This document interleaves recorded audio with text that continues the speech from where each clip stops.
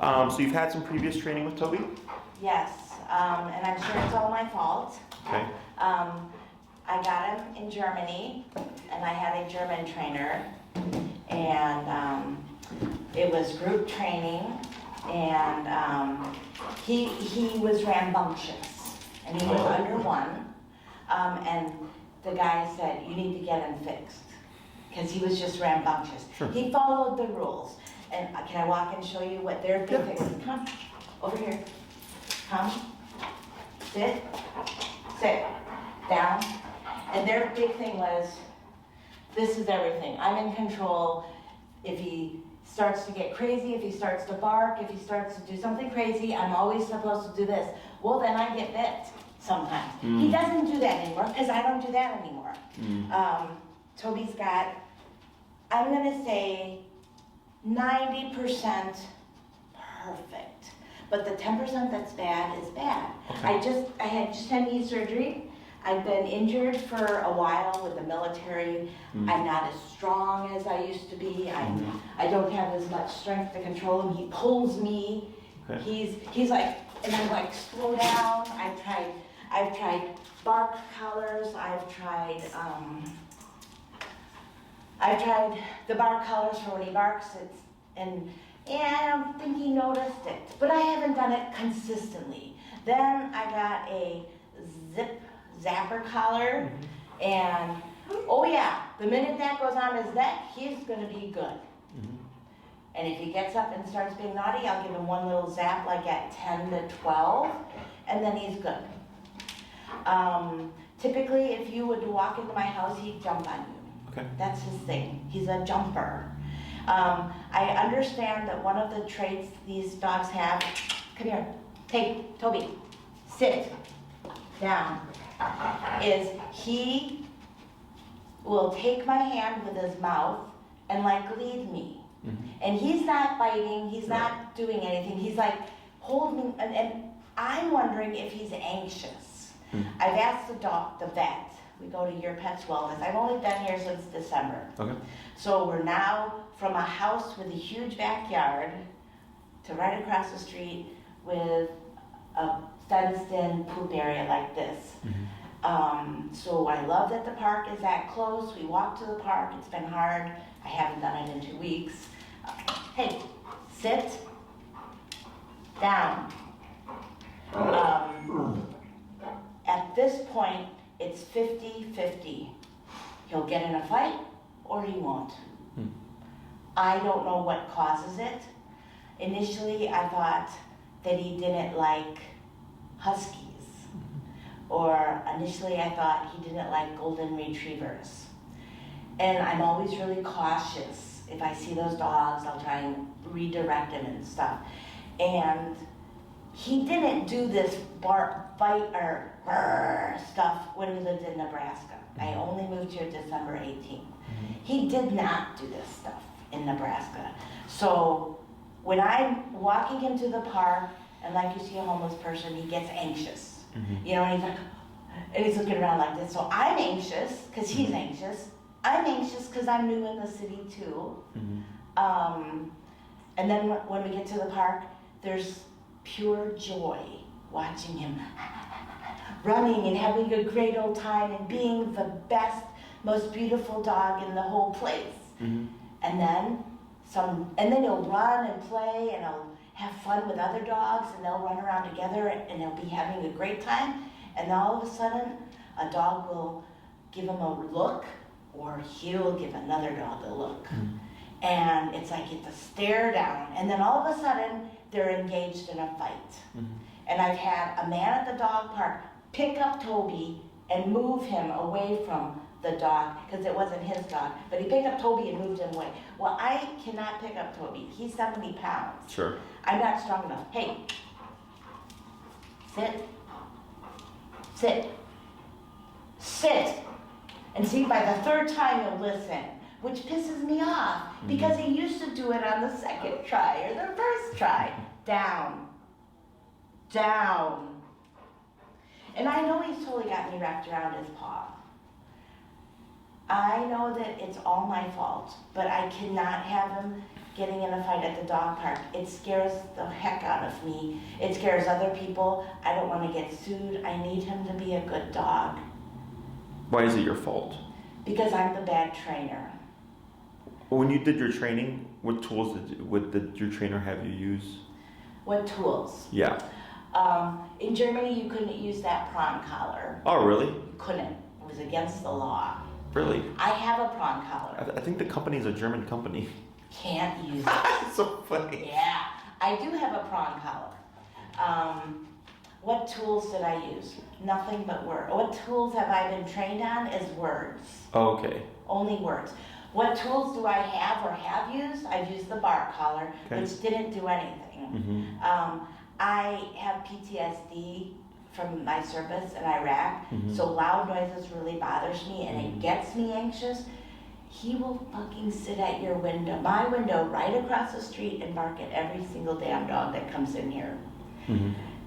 I can't open my windows because he'll sit and bark at them. You know, Are you literally across the street? I'm right there on the first floor. Okay. Right there. So I've seen gazillions of dogs come in here every day, and I gotta close my windows. Because Sorry, I feel bad. It's not your, it's my fault. I haven't done something right. And so now I work at the VA hospital, and I can work from home.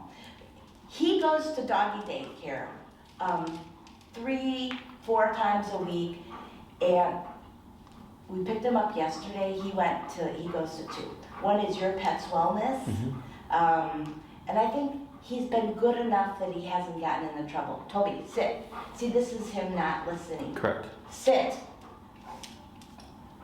Sit. Sit. Down. Stay.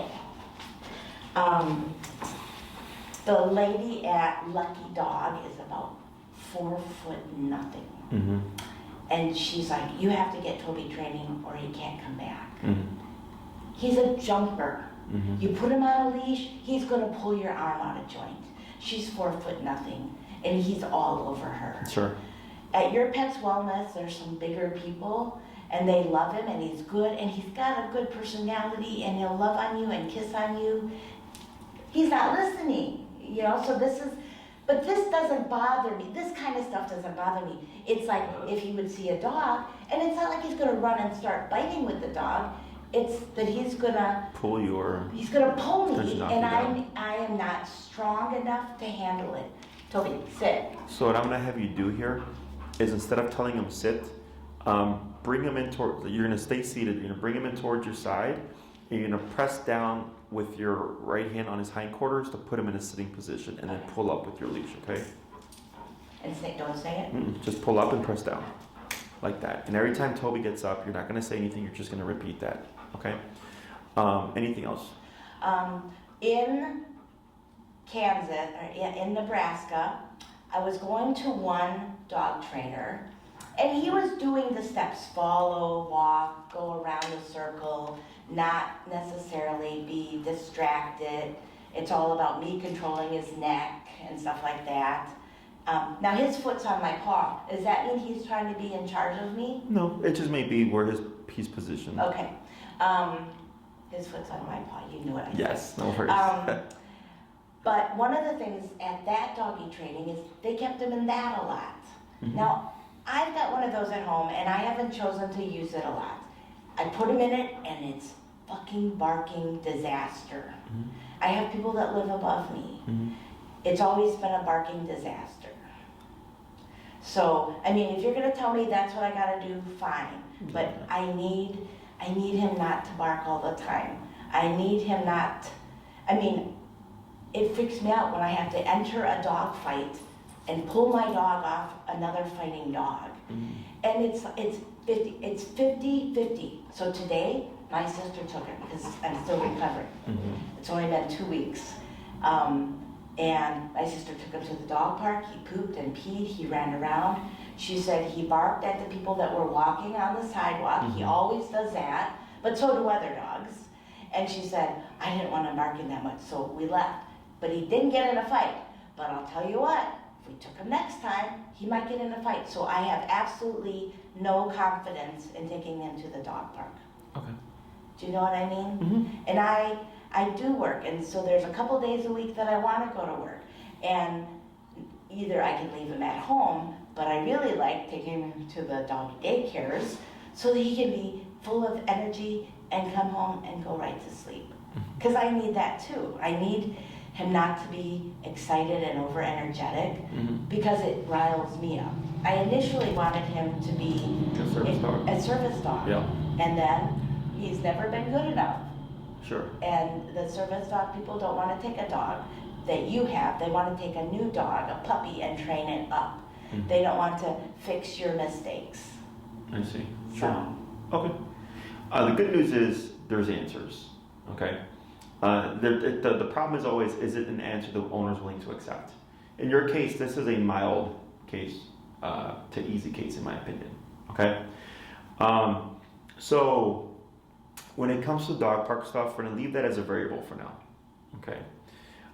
When it comes to barking out the window, there's a solution for that. When it comes to the pulling and stuff, there's solutions and all that stuff. Okay. So part of the reason why you're struggling is dogs aren't verb sound based, they're physical animals. Okay, so this entire time that you kept having him sitting down, he kept getting up. And what's he been doing for the past few minutes now? now he's laying. Yes. What did you do different? I physically pushed his butt down and pulled this out. Correct. You used more physicality, and that wasn't even that much, right? No, it wasn't. So in most cases, when we get what we would call this is overstimulation. It's the inability to settle down. So I'll have clients, every 5 seconds that they're doing this, right? But eventually they wear the dog out. The dog goes, every time I try to stand up, they do this. So what happens if I just relax and lay down? And then they're fine, and then we're able to have a conversation. In your case, off of one go, this is the longest he's held it, even though you told him to do it several times. Right. Is because physical touch or pressure calms. So like children that are on the spectrum that have service dogs, a lot of times they're trained to sit on the child when they're having some kind of an attack or a fit to help calm them. There's even things like weighted blankets. Absolutely, and I'm a speech pathologist by education, so Mhm. I know exactly what you're talking about. So- And I do have an anxiety coat that I actually put on him the other day with the rain and the thunder, Mm-hmm. and because and that's the thing, living in this, we've never lived in a place where there was all this noise around us. Yes, and that's a big factor too, Yeah. right? So the concept of pressure in soothing, right? There's different points of pressure, like you have your anxiety jacket, right, which maybe fits snug, right, to put some kind of physical pressure on you. Should I pet him and let him know he's good? We're gonna ignore him, okay? Going back to the children, how dogs sit on them, right? So what you did right now was technically pressure to tell him, don't get up, right? And that's the longest he's held it for, because you have talking the talk, but do you walk the walk? Does that make sense? Yeah. So essentially you told him several times, and then finally I said, just bring him in, put his butt down, right? Is that's you kind of walking the walk, because you physically made him do it, okay? So physicality doesn't always have to be harsh and overbearing or overpowered. It's enough to get what we want, and then we relinquish it, okay? If we look at law enforcement, excessive use of force is a thing, right? And like I've watched videos where, you'll see the officer or officers clearly using more force, right? But it's usually in response to how much the person is resisting, right? And you can see how it just balances out, because the moment the person relaxes, they can relax, right? Supposedly.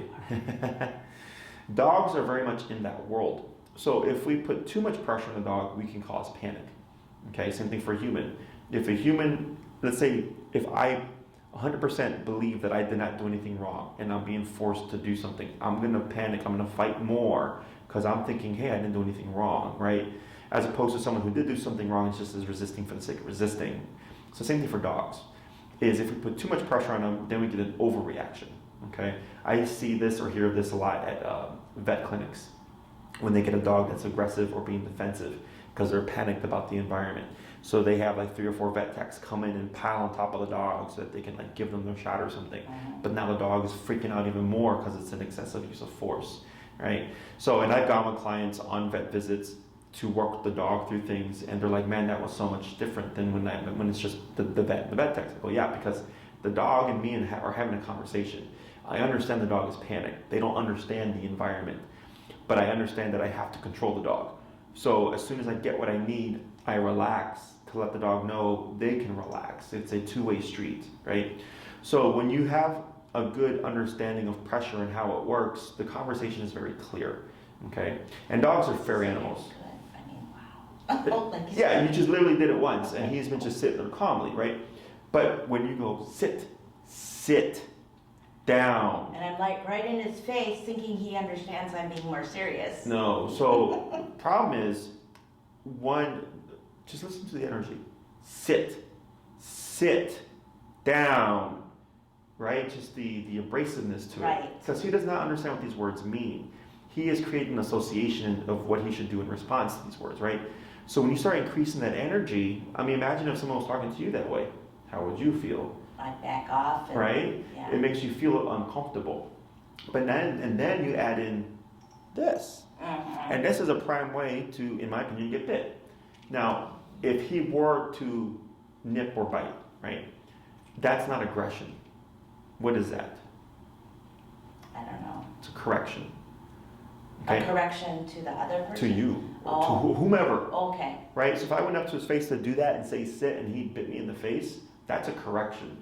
Imagine if someone came up to you and was, talking in a stern tone like this in your face. Yeah, I might push him away. Yeah, because you want to alleviate, that's also pressure. Right. It's what we call confrontational pressure. That's why when people get in an argument, we usually close in on each other, right? So, same thing for dogs. So here, whenever we give commands, it's always sit down, it's always neutral tones. The tool that we use, which is Ecollar, is what does all the whispering and shouting for us, okay? Which is the physicality in order to back up what we're saying. So, a lot of how trainers train or people think is not ways that dogs take well, So I've had other clients that are like, I'm telling my dog to sit or stop or whatever, and the dog just starts barking or lunging at me. I'm like, yeah, because your dog is up here. You're shouting and creating more energy to control your dog, but now it's just agitating your dog more, and something's got to stop so the dog comes at the owner because they added more energy to the situation. So when I used to work for a corporate business many, many years ago, and we dealt with clients, if the client was becoming irate or angry, you always have to maintain your cool, right? But if we become angry, it's just we feed off of each other, right? But if you're neutral, at some point when they don't get any feedback, this starts to dial down, right? It's the same thing for dogs. When you have a direct means of communication and you understand how they work, it takes away a lot of frustration, both on your part and his part, because you're communicating clearly. Okay, right now you're not communicating clearly. You have some communication, and you've done a pretty good job with like when you said sit, he was doing well, he just wasn't holding. Right. He just wasn't really respecting the command, but you were still missing physicality. Okay, now this is a quiet room, right, which is why that was able to work so quickly. But if you're in a more stimulating environment, I would say most likely not going to work as well. Is that all making sense? Sure. So when we go to your the bar collar, were you using it for barking at the window? I have used it for barking at the window, and the bar collar that beeps when he barks. Mm-hmm. That one, like I said, I didn't use it very long because I didn't feel like I got any real results. So then I went along and got more training, and they use this trainer collar so that if the dog doesn't follow what you're doing, then you beep them or something. Is that the collar, the zip collar you said? It's a yellow thing called Yellow remote? the Educator. Yeah. And I mean I put that on him, and I'll tell you what, he's pretty good. And he does bark a whole lot less. And I'll just hold this, and I say, Toby, no. And he listens a little bit better. Mm-hmm. So the reason why the bar collar didn't work is if it was just a tone-based collar, there is no physicality. It's just a sound. It's just a beep. right? Okay. So with the educator collar, which is an e-collar, it's a muscle stimulator. Okay, have you had ever like physical therapy where they move the muscles? Yeah. Okay, so it's the same technology, except on a smaller scale, right? So it's a TENS unit on a collar essentially, which just causes a muscle contraction. TENS therapy can be uncomfortable, right? Because it has to do its work. Right. And then, especially if they have to do like higher intensity of the muscle contractions, that can get more uncomfortable. But it's meant to help ease muscle pain, ease muscle tension. I had a client that used it to break muscle scarring tissue. They even now have it where they put a needle and they poke through to make contact with the muscle deeper through that the on the surface doesn't penetrate. So it's the same technology, but on a collar to stimulate and contract your dog's neck. Okay. Now the way it would be applied to a dog is a bit different. In this case, it is seen a lot of times as an aversive when you're trying to stop or deter a behavior. So if he barks, right, and I don't want him to bark, there has to be something of consequence to him to deter him from barking in the future. If we clap our hands and say no, it's just a clap of hands and a no. And I've tried that to like distract him. Yeah. Like I've tried to distract him, but that doesn't do much. Right, because if he's too intent on what's happening, or what he's doing is more rewarding to him or more important, he's going to ignore what you're doing. So with animals, we create importance through physical discomfort, okay, through the e-collar. So this here is a dog bite, okay. This is 10 stitches all around. This was a dog that didn't want to go in the kennel, okay. Very simple, very mundane thing of just like, I don't want to go in there.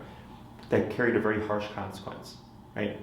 And dog was not an aggressive dog. He still comes to daycare. He still comes for boarding. He's a big goof of a Great Dane. You may have seen him. He's a spotted Great Dane. Oh, beautiful. Yeah, I think I have. So his name's I Hartley. see dogs every day.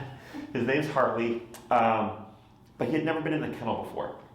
So when I went to load him, he wasn't having it, and he got scared, so he bit me to stop me.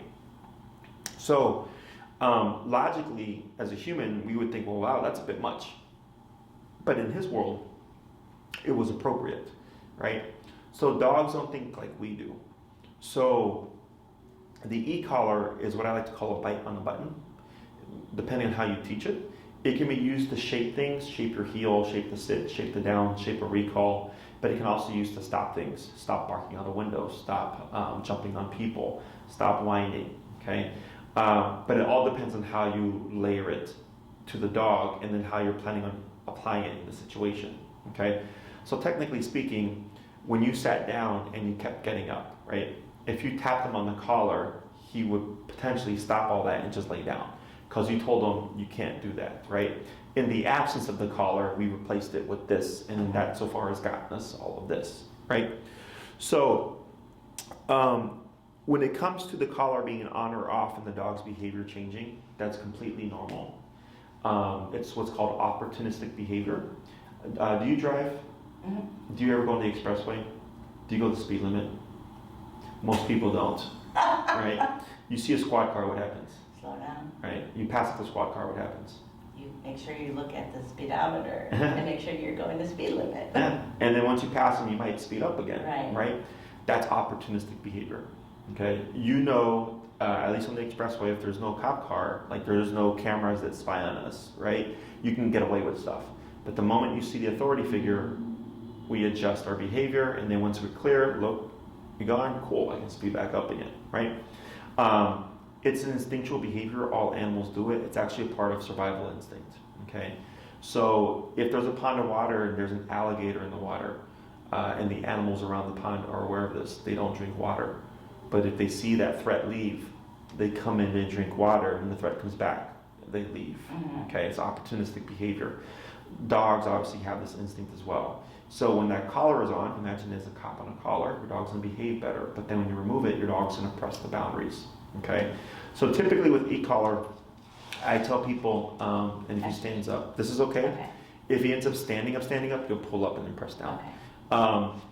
In regards to, and then straight up on your leash, like that, and then down. There you go, now relax, good. In regards up, and then relax, good. For the average dog owner, I'll tell them when you need it, you have it. Okay? So, if you're gonna go on a walk, you He need does it. this too, he'll stare at me. Mhm. See, this is hard physically for me to do. I'm pushing. It's okay. And then relax. There you go. Good. Good. Do it again. Sure. If you can. If not, you can just keep his leash short if it becomes too much. There you go. And he'll do this. He'll come up and stare at me. Mm-hmm. Like, he'll get in my face.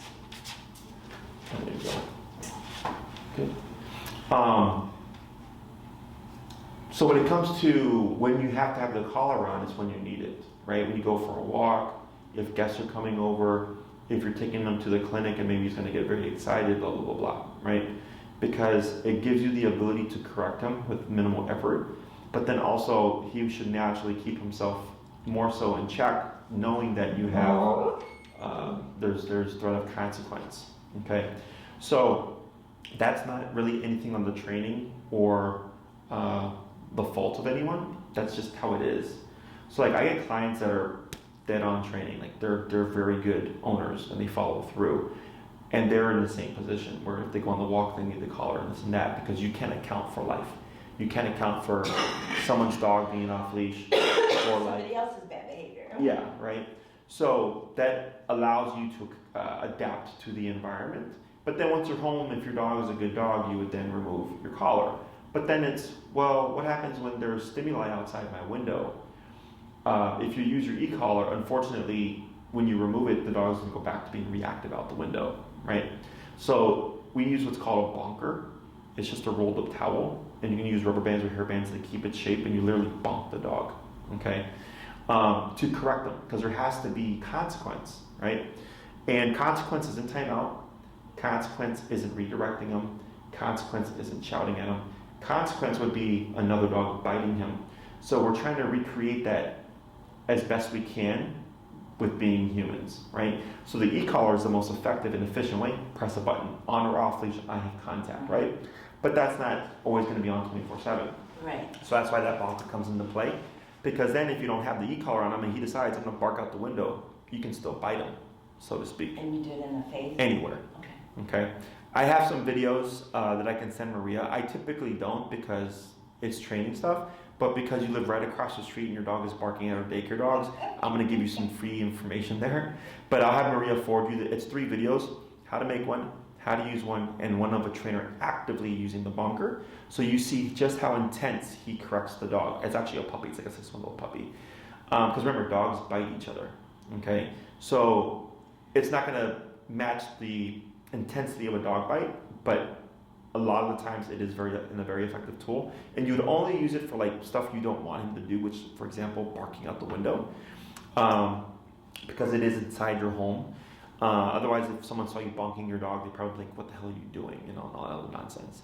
But dogs bite each other, and they obviously bite humans too. So I think it's only fair that we can bite them back when warranted. Right.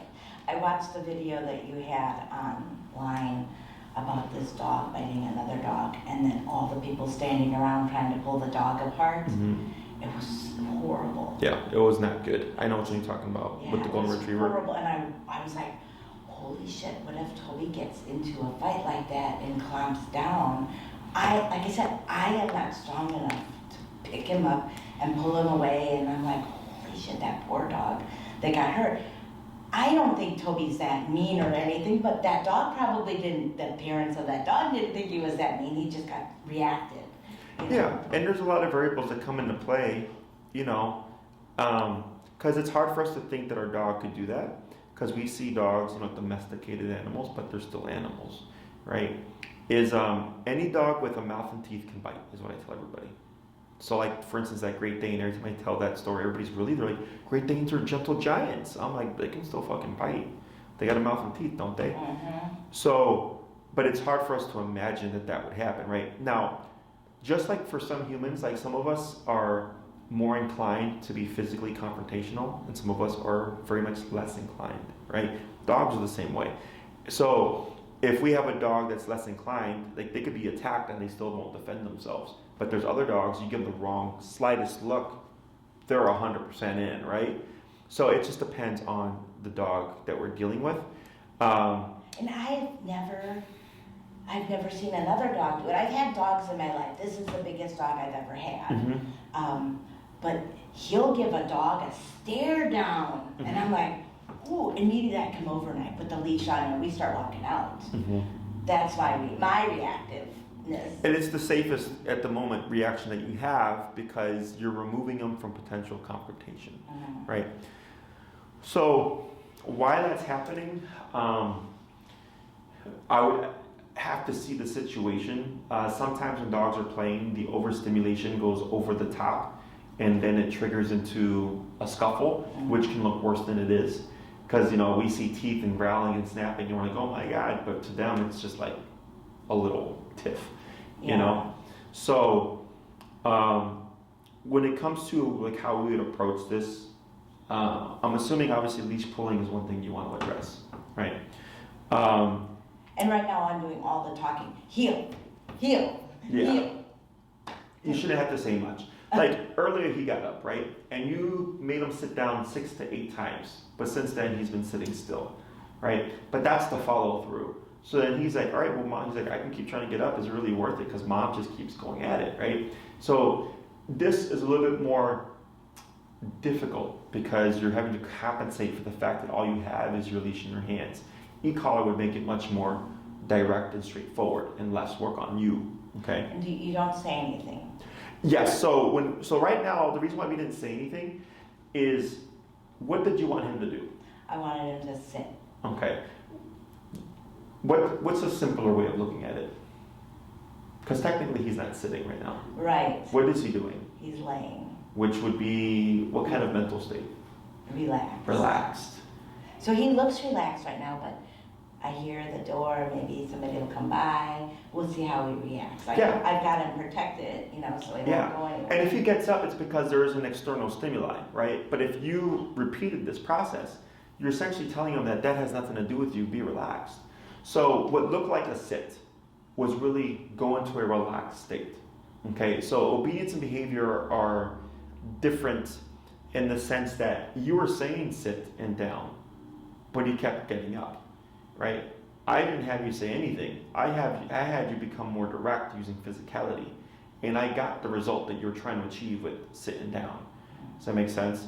Because if the brain is not relaxed, obedience goes out the window. And that's how it is between walking out the front door and walking to the dog park. He's like, yes. He is freaking anxious. To me, it looks like he's anxious and he's pulling me and his eyes are moving. He'll pick up dead pigeons. That grosses me out. It's okay. We can correct that. Okay. He's a dog, right? But I understand, obviously, as a human, it's not. He's chased the rats. He'll kill bunnies. Sure. In the backyard that we had before. Mm-hmm. And Yeah, he's a predator. yeah. Yeah, just for us, we don't like it because bunnies are cute or rats are gross and blah, blah, blah, right? So all that can be resolved. So chances are all the other stuff that you're seeing is either overstimulation or being overwhelmed, which is then causing anxiety because there's too much going on, going from quiet Nebraska, right, to busy Chicago. Yeah. So all that is normal. I've had plenty of clients who move from the suburb to the city, deep in the city, where it's like bustling, and the dog is displaying a bunch of behaviors that weren't there before. And I'll tell them it's because of the stress of the environment. For us, you come here and there's an expressway, there's a movie theater there, which is very busy, right? There's across the street with the dog daycare. So for you understand logically why it's busier, right? He doesn't. He just goes, man, there's a ton of energy here and it's overwhelming for him, okay? So you have the leash pulling, we have the reactivity towards the window, we have the kind of triggering fights at the dog park, okay? So and the jumping. The jumping. So the most difficult thing out of all of them is the dog park, okay? Because of the variable of the other dogs. So let's say Toby's minding his business. He's being well behaved. But then another dog tries to mount him. And then he tries to correct that dog. Right, and he'll do that. But let's say that other dog doesn't like being corrected and decides, I'm going to fight you now. Boom. Now we got a bigger problem. But it wasn't Toby's fault. The dog tried to mount Toby. Toby said, hey, get off. And the dog didn't like the fact that he told him, hey, you can't mount me, which triggered a bigger situation. Right. Does that make sense? Mm-hmm. So that's the variable of dog parks. So we'll talk about that. I'm not too worried about that. Everything else is pretty straightforward. Okay. We would use remote collar. The collar that you have now, or the yellow one, did you still have it, or did you? I still have it. Okay. So chances are he's on the mini educator. Yeah. Okay. Now, just so that you're aware, the mini educator is meant for a 35-pound dog and under. Oh. Yes. He is not a 35-pound dog. Okay. Now, this is a very common thing that I come across. The reason why that collar is pushed a lot with dog trainers is because it's the most affordable and like really, really good quality for the price. But the problem that we end up coming across is that they're putting it even on dogs like him. So for me, I would have told you to get the collar that he's going to grow into. Sure. Right? I'm like, yeah, he might be a little skinny, scrawny, 6-month-old puppy, but in 2 years, he's going to be a 70, 80-pound dog, right? So he would look dumb for a little bit, but eventually he'd grow into it, and it's the collar you would need, okay? So when it comes to the mini educator, my advice is that you change it for the collar that you would need for him, because then we're not worried about, let's say you're at the dog park, he triggers into conflict. You have to think of the intensity of what's going on. So if he is, let's say the other dog causes a confrontation and it escalates, it's a full-on fight, you may not have enough power through your e-collar to pull him out of the fight. That's where it's important, okay? So whenever we're factoring in a dog that's reactive and or gets into fights and stuff, we have to account for the dog's size. We have to account for the thickness of their coat. The breed is a big thing. So if you had a pit, pits are notorious for being very dense dogs and be able to withstand a lot of pressure. And then we have, is a dog reactive or is there any kind of behavioral issues, right? So in this case, what we know is that at a dog park, on occasion, he gets into fights, right? So then I'm thinking, well, then we would potentially need, because it can happen, right? There's no guarantee that it won't happen. Right. Because remember, you can't account for the other dogs. Now, if Toby is staring down a dog in the dog park, instead of leaving, yes, you could correct him on the collar to tell him, don't stare that dog down, go do something else. But then if that dog were to pursue Toby or escalate things with Toby, that's no longer in your field, that's in that dog's field, right? Now they're controlling that altercation. So it's like if something happened, I'm not worried about, am I going to have enough power on my e-collar to bring my dog back, okay? So in terms of cost and time and how I would break this down, is I would most likely put you like in a 6-class range, okay? It's 1 day a week for an hour. So we have 3, 6, 9, and 12-week programs. I only teach what I think is going to benefit you and that I think is going to be applicable to you. I don't really teach stuff if you're not going to use it, okay? And I'd be happy to have him come here for dog daycare, if you thought he would be a good candidate. That's completely up to you. Yeah. So with the 6 classes, there's 2 classes on heel, okay? It's a 2-part exercise. We want to see how does this impact his behavior overall, okay?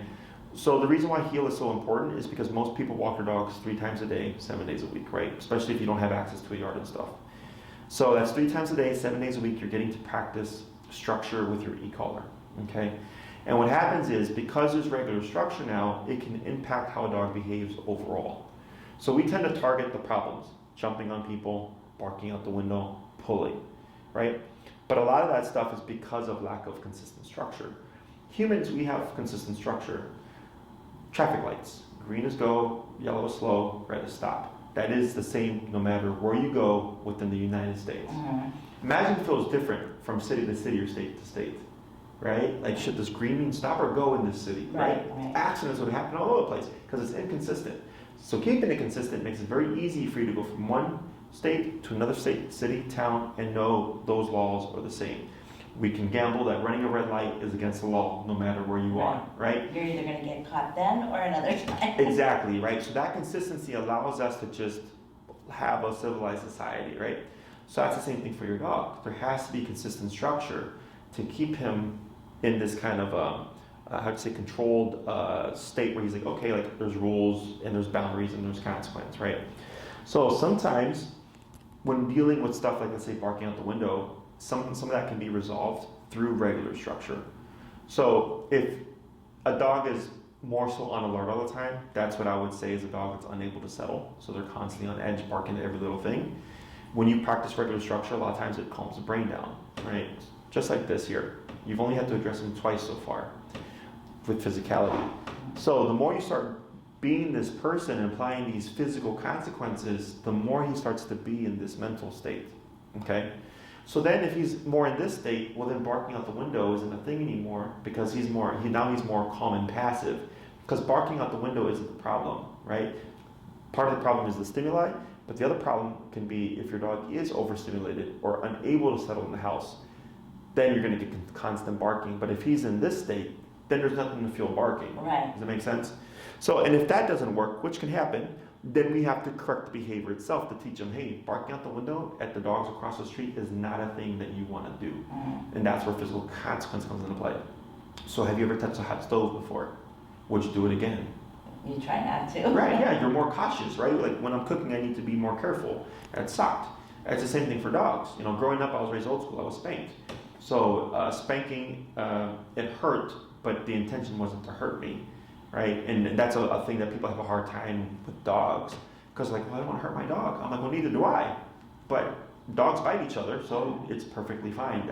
You just have to have the understanding of how to do it correctly, right? So any and every tool can be used incorrectly, because people ask also about like abuse and stuff. I'm like, well, I'm not putting the collar on 100 and zapping a dog for no reason, right? But if I have a dog that won't listen to anything else but 100, then it's very different. Okay, and we get dogs like that are very intense. So the first thing we'd always cover is heel.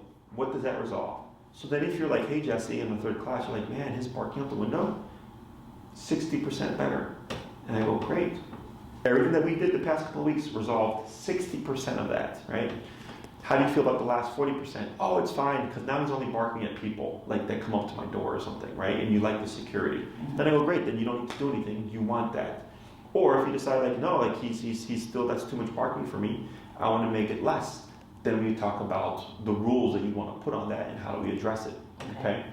So then, the third class can be just correcting barking, general behavior stuff, jumping. It's pretty simple. It's kind of like me teaching you how to spank your dog, so to speak, you know, how to discipline him for things you don't want him to do. Mm-hmm. So earlier, really all you wanted him to do was relax, right? But you kept telling him to sit and then to down. You were making it more complicated. Mm-hmm. And instead I said, just do this a couple of times and you got the same result that you're looking for, right? So obedience is when we want fixed control. So like, let's say you go to a restaurant, you bring Toby with you, and I want him to hold still no matter what. No matter when the waiter comes, no matter if someone coos at him, right? No matter if a dog walks by, down, right? Then you need a strict control. Mm-hmm. Or it's just like you go to the park and you don't want him to be pulling all over the place, you just want him to relax, then it's just don't do that, don't do that, don't do that. As long as you don't do those things, I don't care what you do. So he could choose to sit, or he could choose to lay down, or he could choose to stand.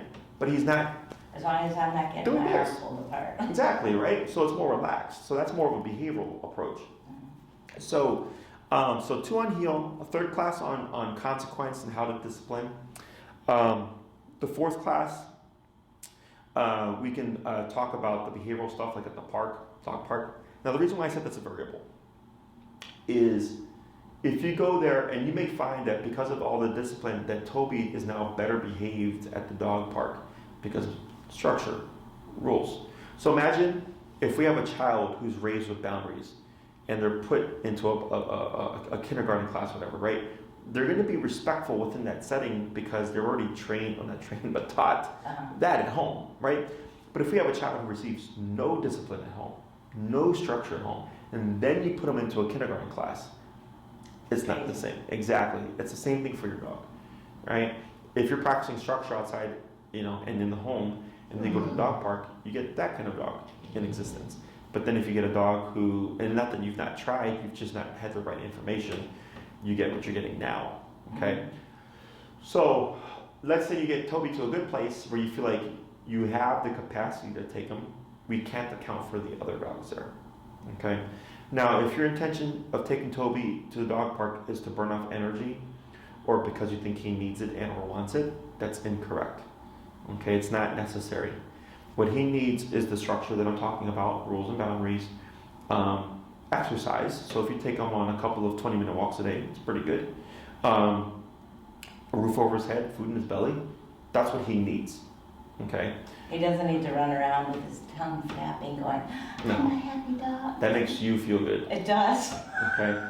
And not that, I'm not trying to be mean, but I do get some clients, like I had one lady, we did a consult, and she wanted to take her dog to the dog park, and he would mind his business, but any time a dog would come up to him, he would get defensive and aggressive, right? So we were having a conversation, I told him, like, why do you take the dog to the dog park? And she's like, oh, because I think he needs it, this and that. I'm like, yeah, but he's telling you he don't want to be there. Because you take him there, he goes off in the corner of the park by himself, but when the dogs come, he's trying to tell them to stay away. So that's telling me he doesn't want to be at the dog park, right? And I was like, you take him to the dog park because it makes you feel good because you're doing that for your dog. And then she's like, you're right. She's like, he doesn't like the dog park. I go, right. I was like, so there wasn't anything I could do training-wise. I can't make her dog like the dog park, right? So I told her, you have to know your dog's limitations, and that's the limitation, right? So same thing here. The other thing is, you want to take yourself into that picture where is it worth taking Toby to the park and being anxious on, is there going to be an altercation today? Right? Because I had another client just like that, wanted her dog socialized. She literally moved across the street here in Lincoln Park to a park called Alls Park. A lot of people take the dogs there to go play. She literally lives right across the street. And I went with her to try to see if we can socialize her dog. It did not go well. And I could see the owner was like this the whole time, right? So after the session, I said, was it worth it? And she's like, what do you mean? I'm like, was it? I was like, you were an anxious wreck. And she's like, yes. I was like, was it worth all that anxiety to gamble how that was going to work out for your dog? And she said, no. So I was like, why do we even care? Right? Because one, your dog doesn't like the other dogs, for one. Two, you're an anxious wreck trying to socialize your dog. So what's the benefit of this? But she was like, it made her feel good. Right. So he doesn't need it. And there's a lot more complicated aspects to it. I'm not opposed to it, but those are just realistic things that you want to take into consideration, okay? What I'd love to do is take him for a walk along the beach, in the park, all those lovely places people can walk with their dog and not have any problems. That's better to me than the dog park. Yes, and in my opinion, it's better as well because it's consistent exercise. Walking a dog for 20 minutes, just walking, you cover so much ground than if you're at the beach just running around at the park. Because the other thing is that he's practicing overstimulation at the park, right? Whereas when you're on the walk, you're practicing focus and structure and discipline. And it's not to say that he can't have like some free time to run around at the park, maybe play ball or something. So if you're wanting more control, so you can get up to off-leash level control with your Ecollar system, okay? It's just a matter of how much work are you wanting to put into it to,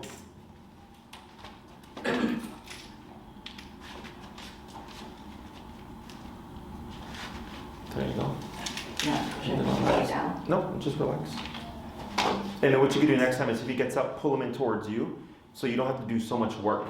You're right. Okay? Yeah, it's fine. That's what most people are used to. Right. Whereas me, I just pull the dog in and then I make them sit. Yep.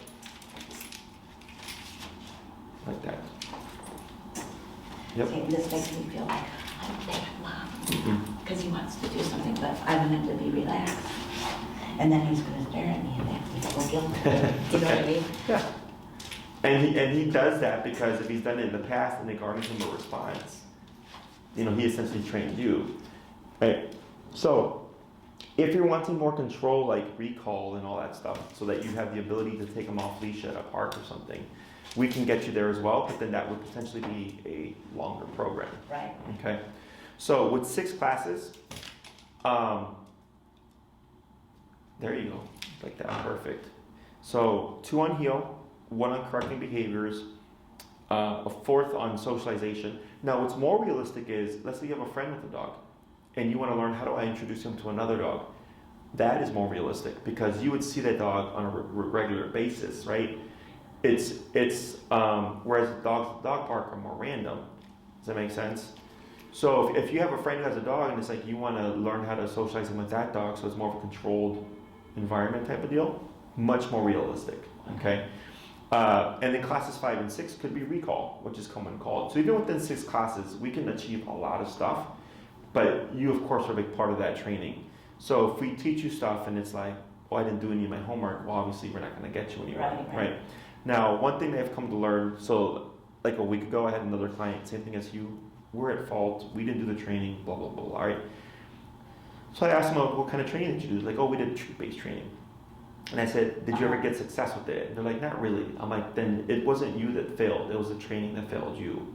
Because when you, like my clients, I've got a lot of clients from other trainers and stuff, and they're like at their wit's end. And then they do the first class and they're like, oh my God, like, it worked. And they go out and they do it for the first week and they come back, they're like, man, Jesse, like my client before you, her dog would lunge at people and dogs. And we were having a conversation, this was our 3rd class, we got like 90% of that done, it's out the way, it's not a thing anymore. And she's like, I feel so much confident now over my dog because I have the means to stop him, I know I have control, I just have to do it, right? And I said, yes, because previously it wasn't like that, because the training wasn't working, but because it is working, she's motivated, she wants to learn more, she wants to do more, she wants to do more things with her dog, right? Because she has the tools to do so. So, what inhibits people the most when we do Ecollar training is the emotional component, is the thought that they're hurting their dog, or they think they're hurting their dog. That's what inhibits people, right? So as long as they're like, okay, I understand I'm not hurting my dog, I'm not like intentionally trying to harm my dog, but my dog's a physical animal, right? Then they start to make their own progress. I'm all about using it because I cannot have the alternative of him biting somebody or him harming another dog or him hurting me. Correct. Yeah, I had a dog, the owners were like in their 60s, if not a little bit older. It was a big dog, like an 80, 90 pound boxer bulldog mix. And when I showed up, he had broken the husband's wrist, okay? Because he pulled him too hard. So then they did training with me. But then mid-training, he knocked the husband down, broke his hip. Oh my God. Okay? Later on, towards the end of the program, broke the wife's hip. Because he was running at the park and he ran straight into her, knocked her in the air, and she fell. So, you know, and he was a friendly dog, but his size and their age and everything didn't match well, right? So like, for you had that knee surgery. Last thing you need him is pulling you down and landing on your knee. So I had another client who's now a neighbor who sends their dog to daycare, pulled the husband's shoulder out 3 times in 2 years, dislocated his shoulder because he pulled so much. He was a friendly dog, just pulled like crazy, and he was a big dog, you know? So even the friendly dogs can cause harm. So 6 would be like the minimum, 2 on heel, 2 essentially for behavioral stuff, 2 for the recall, okay? If you want to have a little bit more of a buffer to give yourself more time and to be able to cover more things potentially, 9 classes is a nice one. 12 classes are for those that want like a fully off-leash trained dog. Sit, stay, down, come, place, heel. All 6 commands built to an off-leash level. These are people that go to the dog park, they go to the dog beach, they go to the lakefront, they go hiking, they're very active, they take their dog to a restaurant, they do everything with their dog, so they want full control, okay? Most people fall within the 6 to 9 class range. Okay. Think of 6 as I want to walk my dog and go to the park, so walk and recall. 9 is walk my dog, go to the park, go to restaurants, so stationary control. Yeah. 12 is all that, plus they go hiking, they go to the dog beach, and it's like a lot of off-leash stuff. I would be ready to say, let's do 9, and obviously with me getting healthier and being able to do more, maybe I'll want 12. I've never had him off the leash because I'm afraid he'll get lost. So I would never take him anywhere that I don't have him on the leash. Sure. I would love it if I could trust, but see, I don't have the trust in him. Correct. And all this is done over time. So like, it's not like, let's say you hit the end of 9 classes, he won't be off-leash trained yet because it takes time. But there's 2 components. Let's say he is, like I do get some dogs that do very well, right? But for you, the trust factor isn't there, right? Is at the end of the program, he could be spectacular, but for you, you may not trust him quite yet. So you would need more practice with him to get you to the point where you're like, okay, I trust my dog off leash now. And then you would utilize it. Does that make sense?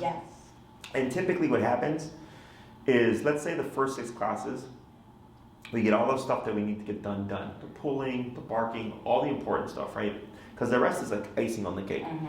Is typically, I'll talk to the owner, and if they're in a good place, towards the end of the program, we space it out more.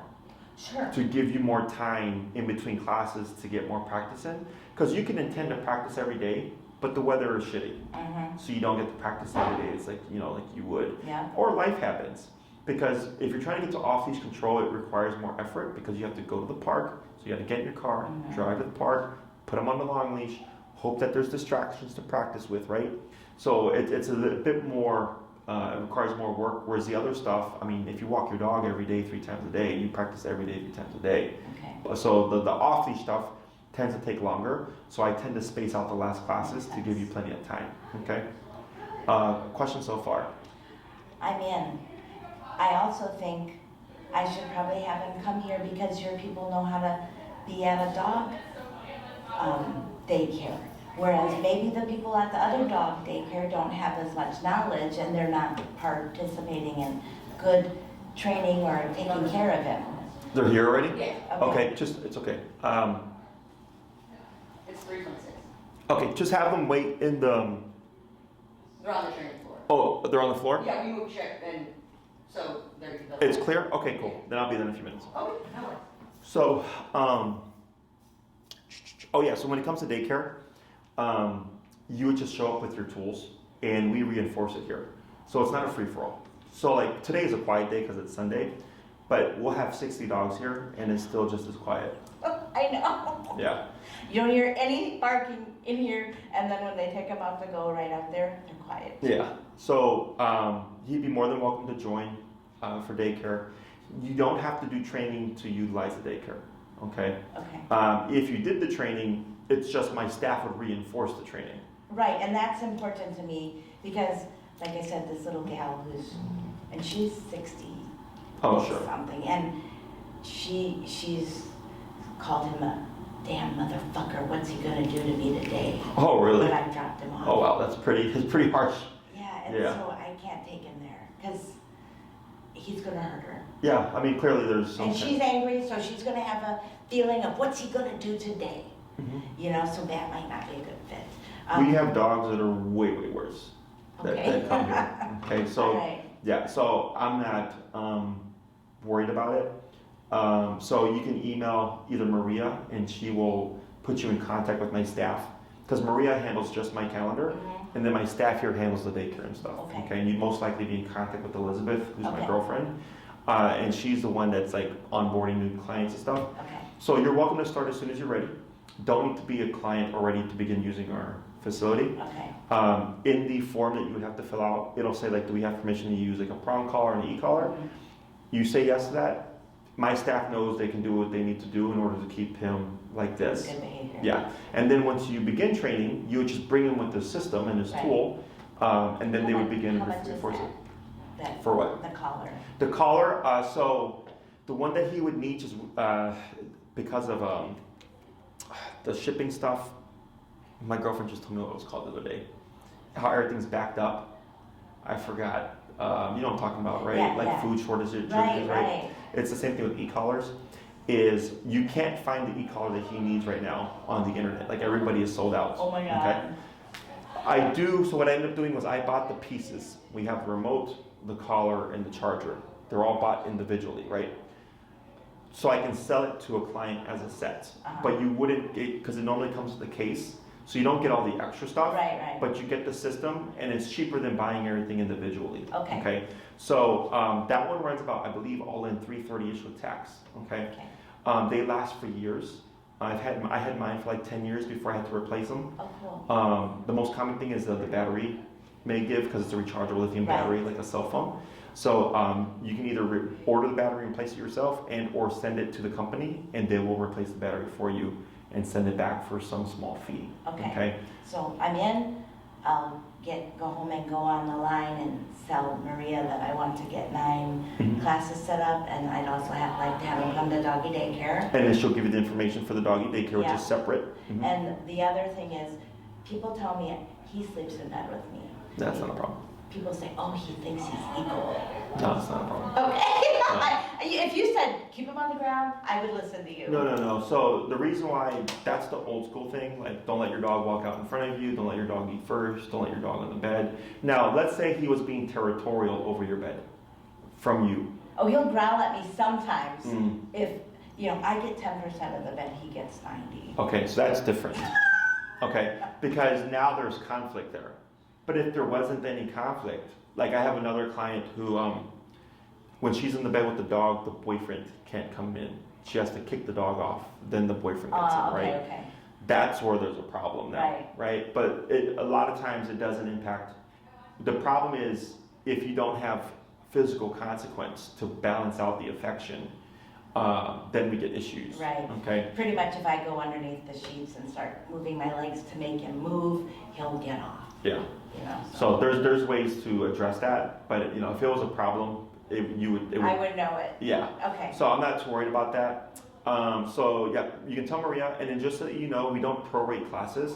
So if you did 9 and then purchased 3 more, you would pay the cost of 3 as opposed to a prorated fee. Okay. Okay. It's just because we book my schedule ahead of time, and Maria can explain it to you. But because you have a baseline of training already, I think 9 is going to be more than enough. Okay. Unless you don't do your homework, I don't foresee why we wouldn't be able to achieve what you're looking for.